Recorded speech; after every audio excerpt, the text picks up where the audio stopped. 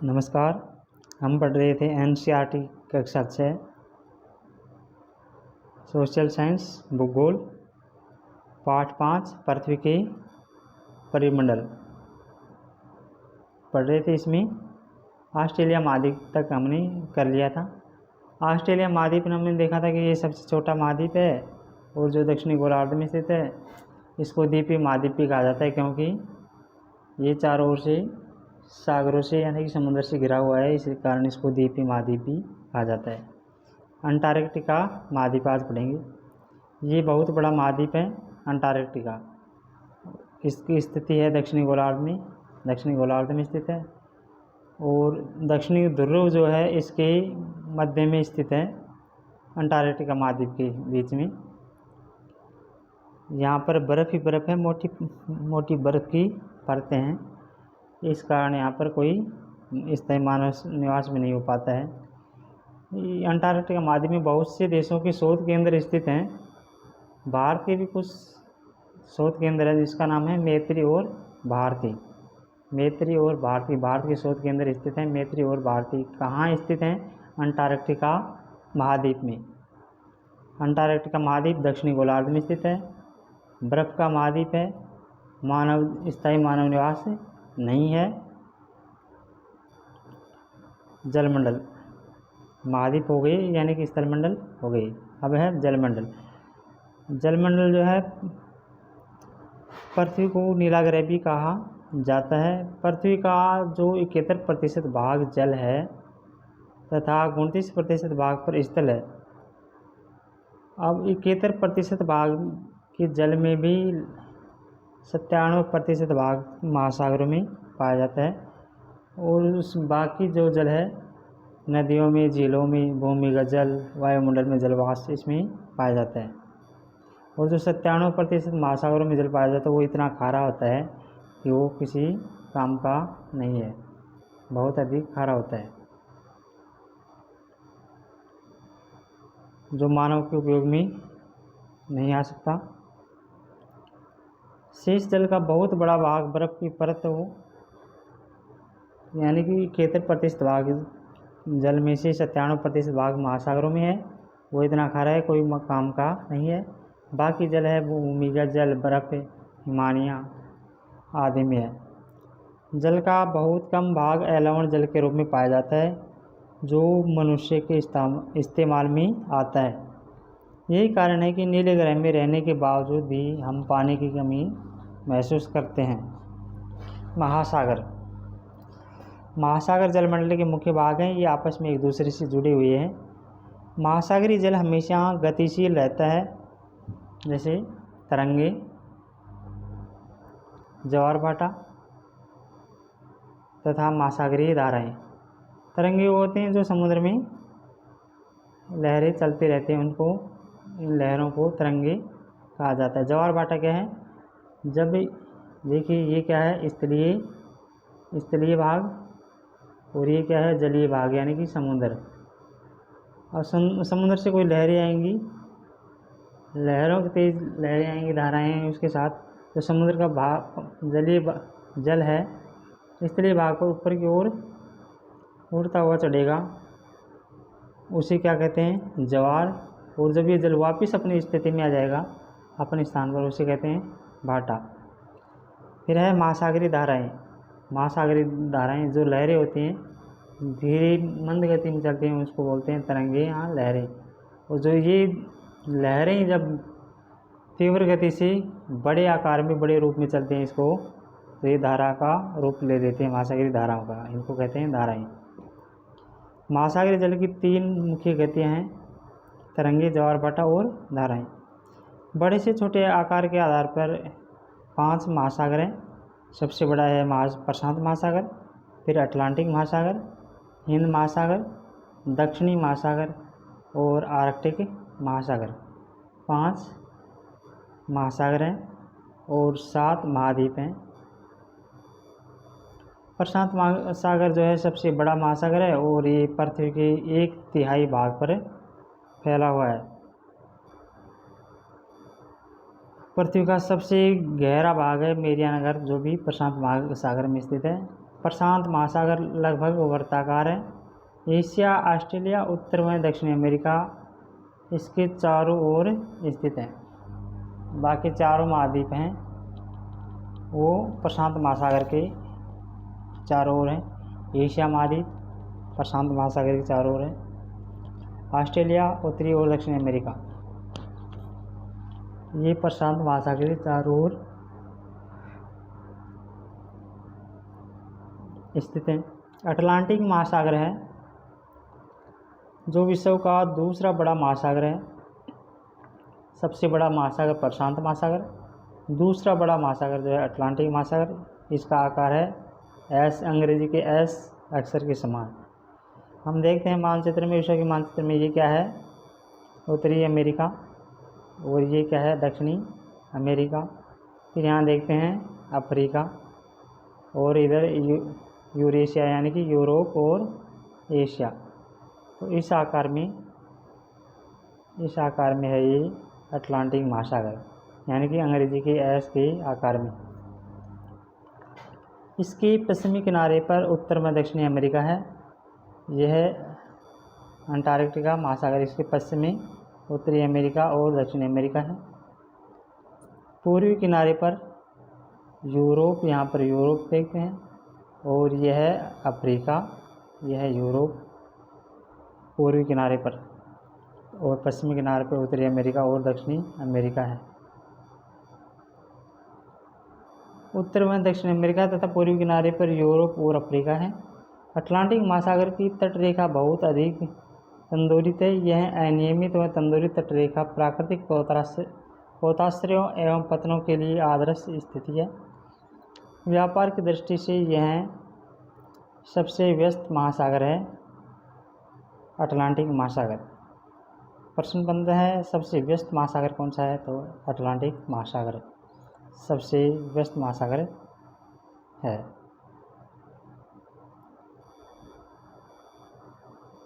हिंद महासागर। हिंद महासागर ही एक ऐसा महासागर है जिसका नाम किसी देश के नाम से पड़ा है, यानी कि भारत के नाम से किसी महासागर का नाम है, वह है हिंद महासागर। यह महासागर लगभग त्रिभुजाकार है। हिंद महासागर क्या करती है, त्रिभुजाकार। इसके उत्तर में एशिया, पश्चिमी अफ्रीका और पूर्व में ऑस्ट्रेलिया स्थित है, हिंद महासागर की। फिर है दक्षिणी महासागर। दक्षिणी महासागर अंटार्कटिका महाद्वीप को चारों ओर से घेरता है। यह अंटार्कटिका महाद्वीप से उत्तर की ओर 60 डिग्री दक्षिण अक्षांश तक फैला हुआ है। दक्षिणी महासागर अंटार्कटिका महासागर को चारों ओर से घेरे हुए है। दक्षिणी महासागर और अंटार्कटिका महाद्वीप से उत्तर की ओर 60 डिग्री दक्षिणी अक्षांश तक फैला हुआ है, दक्षिणी महासागर। आर्कटिक महासागर उत्तर ध्रुव वर्त में स्थित है तथा यह उत्तर ध्रुव के चारों ओर फैला है। आर्कटिक महासागर यह प्रशांत महासागर से छिछले जल वाले एक संकरे भाग से जुड़ा है, जिसे बेरिंग जल संधि के नाम से भी जाना जाता है। आर्कटिक महासागर उत्तरी ध्रुव में स्थित है, और जो उत्तरी ध्रुव के चारों ओर फैला हुआ है आर्कटिक महासागर, और दक्षिणी ध्रुव के चारों ओर फैला हुआ है आर्कटिक महाद्वीप। यह प्रशांत महासागर से छिछले जल वाले एक संकरे भाग से जुड़ा है, और जिसे बेरिंग जल संधि के नाम से भी जाना जाता है। आर्कटिक महासागर और प्रशांत महासागर को जोड़ती है बेरिंग जल संधि। यह उत्तरी अमेरिका के उत्तरी तटों तथा यूरेशिया से घिरा हुआ है। आर्कटिक महासागर वायुमंडल हमने पहले भी पढ़ा था, जो हमारे पृथ्वी के चारों ओर जो आवरण दिखाई देता है गैसों का, इसे ही वायुमंडल कहते हैं। हमारी पृथ्वी चारों ओर से गैस की एक परत से घिरी हुई है, जिसे वायुमंडल कहा जाता है। वायु की यह पतली परत इस ग्रह का महत्वपूर्ण एक अट्टू भाग है। यह हमें ऐसी वायु प्रदान करती है जिससे हम लोग सांस लेते हैं। यहाँ वायुमंडल हम लोगों को सूर्य की कुछ हानिकारक किरणों से बचाता है। वायुमंडल 1600 किलोमीटर की ऊंचाई तक फैला है। प्रश्न बनता है वायुमंडल की ऊंचाई कितनी है, तो वायुमंडल की ऊंचाई 1600 किलोमीटर है। वायुमंडल को उसके घटक, तापमान व अन्य के आधार पर 5 परतों में बांटा गया है। वायुमंडल को कितनी परतों में बांटा गया है? 5 परतों में। किस आधार पर? घटक, तापमान और अन्य आधार पर 5 परतों में बांटा गया है। ऊंचाई 1600 किलोमीटर तक की है। इन परतों को पृथ्वी की सतह से शुरू करते हुए सौरमंडल, समतापमंडल, मध्यम मंडल, आयन मंडल तथा बहिर्मंडल कहा जाता है। सौर यानी पृथ्वी के पास वाला भाग, फिर उससे ऊपर तो समतापमंडल, फिर उससे ऊपर मध्यम मंडल, आयन मंडल और बहिर्मंडल। ये क्या हैं? मंडल हैं पृथ्वी के। सौर, समताप, मध्यम, आयन और बहिर्मंडल। वायुमंडल मुख्यतः ऑक्सीजन व नाइट्रोजन का बना होता है, जो कि साफ तथा शुष्क हवा का 99% भाग है। आयतन के अनुसार नाइट्रोजन 78%, नाइट्रोजन 78%, ऑक्सीजन 21% और दूसरी गैसें जैसे कार्बन डाइऑक्साइड हो गई, आर्गन इत्यादि मात्रा इनकी 1% होती है। ऑक्सीजन सांस लेने के लिए आवश्यक है, जबकि नाइट्रोजन प्राणियों की वृद्धि के लिए आवश्यक है।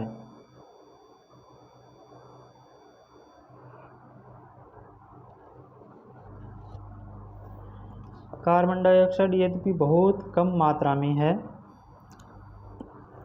देखिए नाइट्रोजन क्या काम क्या करता है? ऑक्सीजन तो है जो सांस लेने के काम आती है, नाइट्रोजन आती है ये वृद्धि करती है शरीर में, और कार्बन डाइऑक्साइड है ये बहुत कम मात्रा में है, लेकिन पृथ्वी के द्वारा छोड़ी गई ऊष्मा को अवशोषित करती है, जिससे पृथ्वी गर्म रहती है तथा पौधों की वृद्धि के लिए भी आवश्यक है।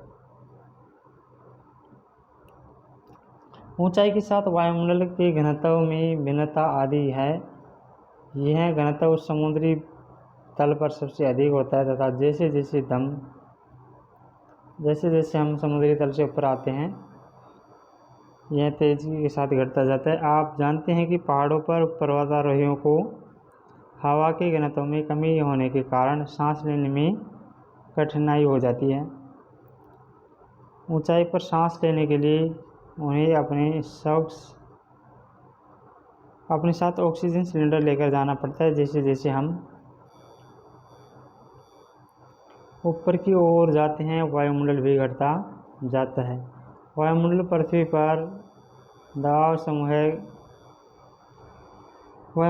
पर दबाव डालता है। यह एक स्थान से दूसरे स्थान पर अलग अलग होता है। कुछ क्षेत्रों में हमें अधिक दाब महसूस होता है, जबकि कुछ क्षेत्रों में कम होता है। वायु उच्च दाब से निम्न दाब की ओर बहती है। जो गतिशील वायु होती है उसे पवन कहा जाता है। जीवमंडल क्या है? पहले देखा था मैं, स्थलमंडल, जलमंडल और वायुमंडल, इन तीनों को मिलाकर के जीवमंडल बनता है। जीवमंडल में है स्थल, जल और हवा। स्थलमंडल जल यानी जलमंडल और हवा यानी कि वायुमंडल। इन हवा के बीच एक सीमित भाग है। यह वह भाग है जहाँ जीवन मौजूद है। यहाँ जीवों की बहुत सी प्रजातियाँ हैं, जो कि सूक्ष्म जीवों तथा बैक्टीरिया से लेकर बड़े स्तनधारियों के आकार में पाई जाती है। मनुष्य सहित सभी प्राणी जीवित रहने के लिए एक दूसरे तथा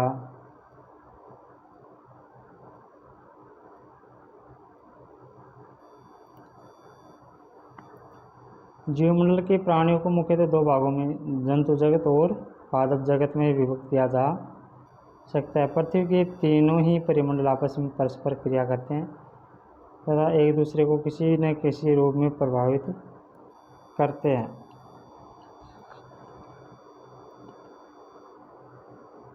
उदाहरण के लिए लकड़ी तथा खेती के लिए वनों को काटा जाए तो इसे ढलुआ भाग पर मिट्टी का कटाव तेजी से होने लगता है। इसी प्रकार जो प्राकृतिक आपदाएं जैसे भूकंप से पृथ्वी की सतह में परिवर्तन हो जाता है। हाल ही में सुनामी के कारण अंडमान व निकोबार द्वीप समूह का कुछ भाग पानी में डूब गया। झीलों तथा नदियों में दूषित पदार्थों के प्रवाहित होने से उनका जल मानव के इस्तेमाल के लिए लायक नहीं रह जाता है। यह जल दूसरे जीवों को भी नुकसान पहुंचाता है। उद्योगों, तापीय विद्युत संयंत्रों तथा गाड़ियों का उत्सर्जित भाग वायु को प्रभावित करता है। कार्बन डाइऑक्साइड तथा वायु का एक महत्वपूर्ण पृथ्वी के धरातल पर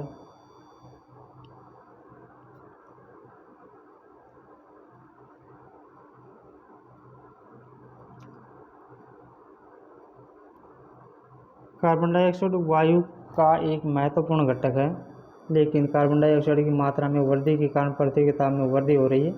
इसे भूमंडलीय तपन कहा जाता है। प्रश्न बना है भूमंडलीय तपन किसे कहा जाता है? तो कार्बन डाइऑक्सीजन वायु का एक महत्वपूर्ण भाग है, लेकिन आंसर है कार्बन डाइऑक्साइड की मात्रा में वृद्धि के कारण पृथ्वी के तापमान में वृद्धि हो रही है और इसे भूमंडलीय तपन कहा जाता है। पृथ्वी पर कार्बन डाइऑक्साइड की मात्रा अधिक होने के कारण तापमान पर वृद्धि हो रही है और इसे वायुमंडल कहा जाता है। इसलिए भूमंडल, वायुमंडल और जलमंडल के बीच को प्राकृतिक संतुलन को बनाए रखने के लिए पृथ्वी के संसाधनों के सीमित उपयोग की आवश्यकता है। धन्यवाद। हमारा अध्याय हुआ पूरा पृथ्वी के परिमंडल। कल अगला अध्याय पढ़ेंगे।